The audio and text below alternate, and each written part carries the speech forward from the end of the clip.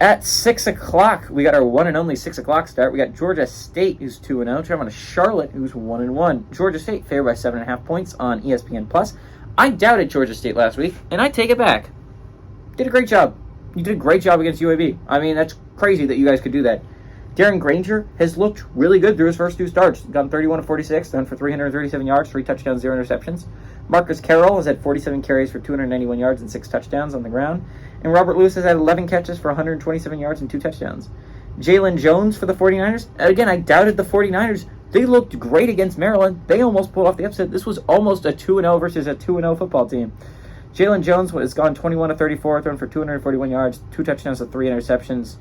Also leads his team on the ground with 26 carries for 116 yards and a touchdown. And what I think is really awesome, I'd like to point out, real quick, Jarris Mack for the Charlotte 49ers got 5 catches for 109 yards and a touchdown. This series is tied all-time 2-2. Last game went to Charlotte in 2022. Charlotte's 2-0 in one-possession football games. So whenever it's one possession, Charlotte's won recently. Whenever it's been more than that, Georgia State has won. It's really impressive to me, and it's really important for Georgia State moving forward that Darren Granger is not their leading rusher. That is so huge, because he was so often their leading rusher last year.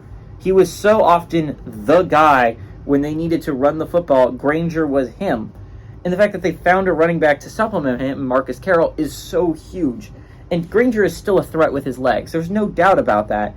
But the fact that they found a runner that can also run the football and take a little bit of the pressure off Granger is so huge for their success long time.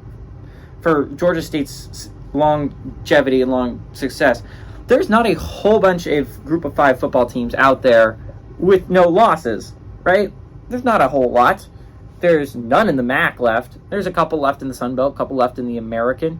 There's a couple left in the Mountain West, and if you're looking at Mountain West, it's arguably the best Group of 5 conference. There's definitely some good teams up there. But Georgia State's one of the last few teams, Group of 5 teams I'm going to be talking about, which is really cool if you're a Georgia State Panthers fan. I think I've talked to you about you next week, too. I like Georgia State to win here. They're a good football team.